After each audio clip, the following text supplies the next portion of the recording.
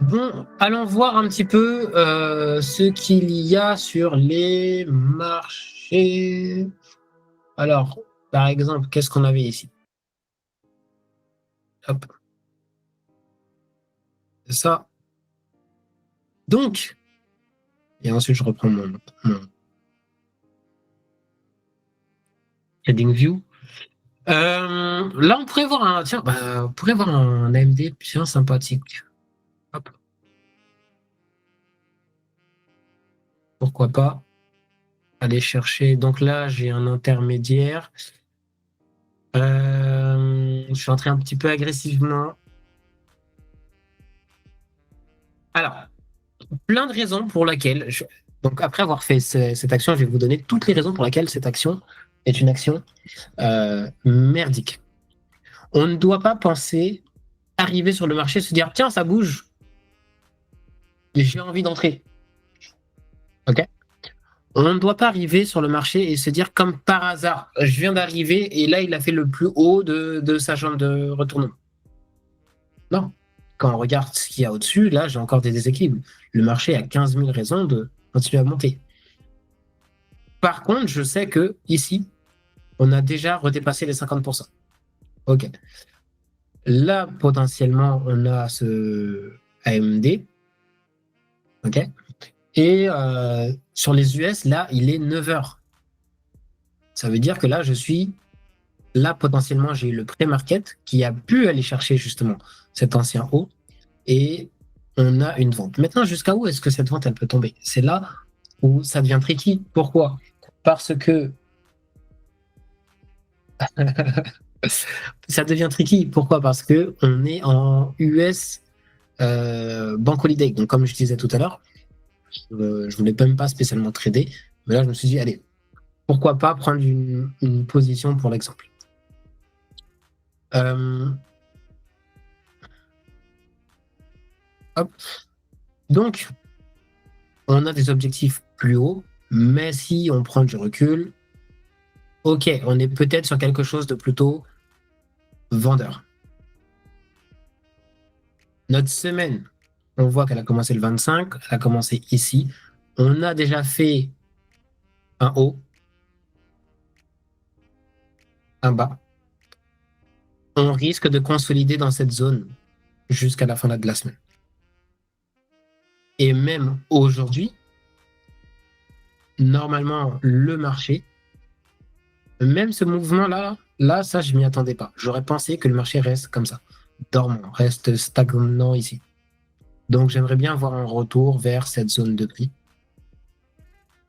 Et à la fois, là, ce que je remarque, c'est hop, on est revenu, repricer un petit déséquilibre ici.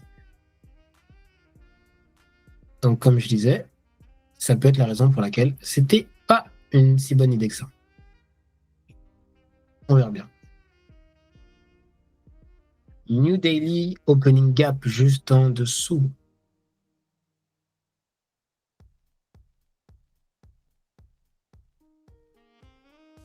Oui, je vois, oui, c'est pour ça. Ça risque de consolider parce que c'est banque holiday, il y a moins d'intervenants, il y aura moins de volume, etc. Et d'ailleurs, si tu te mets en daily sur TradingView et tu regardes la date, la bougie d'aujourd'hui, elle est notée à vendredi. En fait, la bougie d'aujourd'hui, celle de demain, sera cumulée. OK. Hmm. Alors, je vais vous Et, afficher et les marchés ferment plus tôt TradingView. aujourd'hui. Je crois Hop. qu'ils ferment, c'est ce que disait Nico hier, les marchés Ouais. ferment plus. 18 heures. Donc là, on est revenu taper dans le first FVG d'hier. On a le Midnight Open juste ici. Euh, Comme disait Mathieu, on doit avoir certainement. Ah!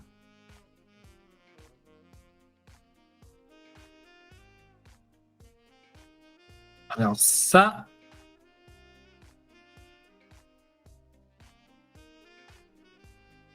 on a effectivement un New Daily plus bas, et on a un New Weekly juste au-dessus. Donc, quand on est comme ça, la décision la plus dure que vous allez pouvoir avoir à faire, c'est est-ce que vous tenez votre connerie ou est-ce que vous sortez tout de suite pour éviter une perte potentielle? Dans mon cas, j'aurais plutôt tendance à dire je vais tenir juste histoire de ne pas avoir de regrets. Parce que ça, c'est quelque chose qui peut beaucoup impacter les traders. Ah, j'étais entré, pourquoi est-ce que je suis sorti, blablabla. Par contre, le TP arrivant ici, c'est pas vrai. Le New Daily, on est en Bank Holiday. On ferme Après, l'ordi, on average, on repose on en sait jamais, hein. On sait jamais, hein. Tout est possible, hein. Hop, alors, tout est possible. Mais bon. Mais quitte à choisir, je le vois plutôt monter et aller chercher cet objectif qui est plus haut, le New Weekly. Et là, pourquoi pas être rejeté par le CE d'ailleurs. Donc maintenant, moi, la question que j'ai plus envie de me poser, c'est OK, dans le cas où, dans le cas où c'est bien de la vente, vous voyez, même en 5 minutes. Ah, c'est pas très beau hein, pour de la vente. Hein. Moi, je vois bien l'order block là. Moi, je vais rejeter le prix de par son milieu. Ah. Ici, il y a le volume imbalance qui pourrait attirer le prix avant qu'il ne retombe un petit peu. Donc, on va le laisser tourner. Là, en termes d'émotion, le pire serait de se retourner et de voir le marché tomber. Alors là, c'est là où ça vous donne envie de cramer des comptes. Je le savais! Clic, clic, clic, clic, clic. Et là, le marché qui commence à tomber, vous voyez tout de suite le New Daily Opening Gap. Vous êtes sûr que vous allez le viser et qu'il ne va pas être atteint. Ouvre un ordre d'achat sur un autre compte. Je pourrais. Hein. Ok. Donc si je clôture dessus de ça. On est quoi? On est en 5 minutes, donc il reste 2-3 minutes encore. Donc là, le scénario idéal pour la vente serait rejet du prix, nouvelle bougie qui clôture en dessous. Et là, on est vraiment dans un rêve éveillé, hein, qui clôture en dessous ce déséquilibre. Et là, on se dit, ah ouais, c'est pas mal. Pour l'instant, c'est aussi. Je dis, j'ai un peu de mal, je le fais la plupart du temps, mais ce truc de sa clôture en dessous du FVG, c'est, comment dire, c'est pas pertinent tout le temps et j'ai du mal à comprendre, à part dans les grands time frames, quand c'est vraiment pertinent, tu vois. Parce que souvent, des fois, sa clôture en dessous, ça continue dans le même sens, tu vois. Comme juste avant, par exemple, ou encore juste avant. En fait, quand ça clôture en dessous, ça te démontre une volonté de l'inverser. C'est pas obligatoire, mais généralement, Ouais. tu vois. Et là, par exemple, ça ne l'a pas fait. C'est pour ça que ça me conforte dans l'idée que on est toujours dans un mouvement haussier. Par contre, lui aurait clôturé juste un petit peu plus bas. Hop, par exemple ici. Là, j'aurais été beaucoup plus serein sur OK, ça va se retourner pour tomber. Ok, il faut que ça le fasse direct. En fait, la bougie qui prend le FVG, il faut qu'il clôture en dessous. Si la bougie suivante, ça a moins d'impact, on va dire. Ici, ouais. Parce qu'ici, finalement, on est juste dans un retracement pour lui, quoi. Ouais. Ok. Allez, il est 19. Alors, autre chose qui fait que mon stop risque d'être touché, même si ça doit tomber.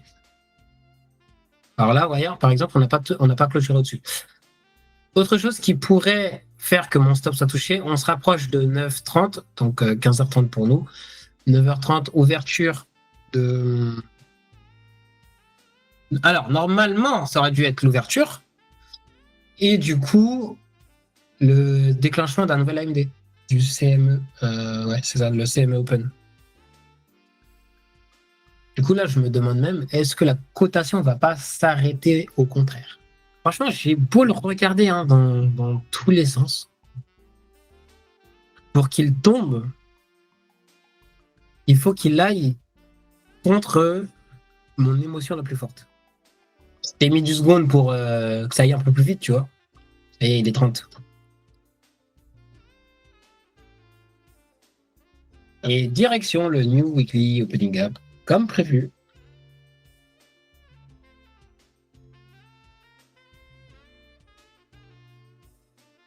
Du coup, autant le regarder ici. Hop.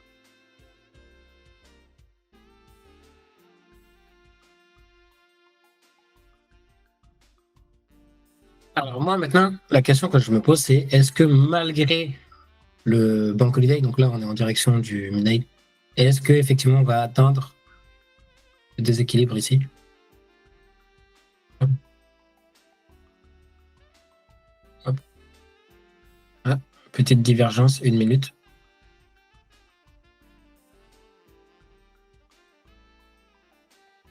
Souvent ces divergences ne sont que un retracement.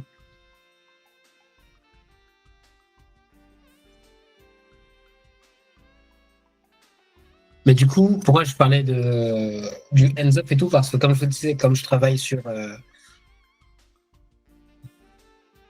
le développement d'un journal de trading,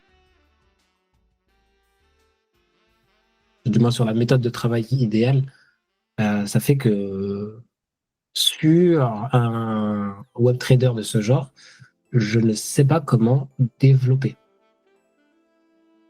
Alors que ça serait trade ovate, par exemple, avec la flèche et tout. Ouais, c'est assez facile de prendre le screenshot et de l'envoyer. C'est marrant parce que tout à l'heure, j'écrivais l'article sur la gestion du spread, justement. Et donc là, la question qu'on peut se poser, ça va être quelque chose du genre, ok, on retrace, mais est-ce que, comme tu disais, Dimitri, ça va être la manipulation? Et est-ce que c'est la manipulation et repart plus bas ou au contraire, est-ce que là, on est en train de retracer pour monter plus haut? Bah là, je suis plutôt d'avis que là, on est en train de retracer pour remonter plus haut. Donc, cette fois, j'ai envie de le prendre un petit peu agressif. Hop, donc à faire.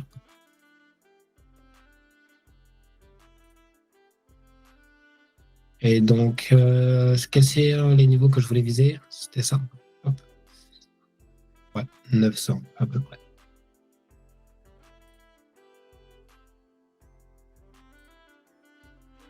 On peut aller jusque là. Franchement, les Bank Holiday, c'est vraiment pas. J'ai l'impression que l'SP il tire plus fort à la hausse que le Nasdaq. Ouais.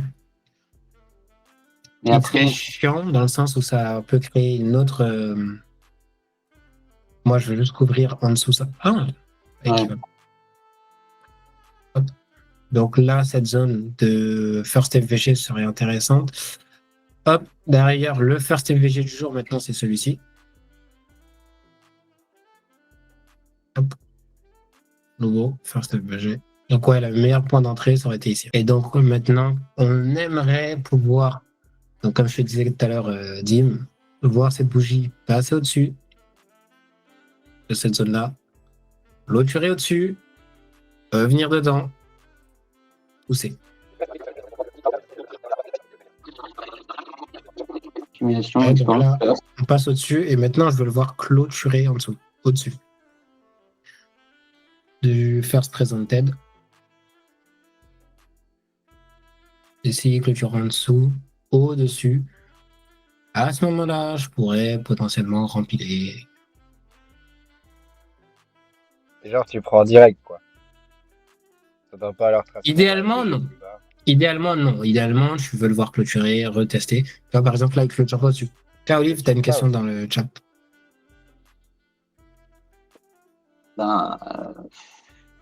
C'est visuel. Tu vois s'il y a eu une accumulation, s'il y a eu une manipulation, ça se voit. Tu prends le début de ta séquence et tu vois si ça a manipulé. Tu vois donc après, si ça a déjà manipulé, tu sais que c'est de la distribution. Jusqu'à temps qu'on arrive à un niveau clé et que ça reverse. Ta manip, tu la vois comment en soi? Parce que Si tu es en tendance. Moi, je suis resté sur le principe que tu as l'accumulation, la manipulation, la distribution. Mais du coup, tu peux Oui, mais avoir. la suite, c'est quoi? Je suis d'accord, accumulation, manipulation, distribution. Dans ta distribution, donc tu vas avoir, ça distribue, imaginons, à la hausse. Donc tu as une expansion à la hausse, puis tu auras une accumulation au-dessus d'un dernier haut. Tu peux avoir tu peux avoir encore à l'intérieur une petite manipulation. Effectivement, ce qui est génial, c'est quand tu es en tendance haussière et que tu as une accumulation, qu'on casse le bas avec une mèche pour partir à la hausse. Mais ce n'est pas obligatoire. Ok. La vraie première manip a été faite. Il faut que tu reprennes au tout début de la séquence. Ouais, alors je pense qu'il y a une information qu'il faudrait rajouter pour la compréhension. C'est que une phase de distribution en général, elle va faire aussi une accumulation en plein milieu. Et en fait, cette accumulation, faut pas la confondre avec l'accumulation d'un AMD. C'est les market maker modèles, là, c'est ça? Ça C'est lié. entre dedans, mais juste la distribution de manière générale, généralement consolide à 50% de la fin du mouvement estimé. Ouais. Le swing Ok. projection. Exactement. Ok. Donc là, si je fais comme Arnaud, je consolide ici, là, je sécurise, voilà.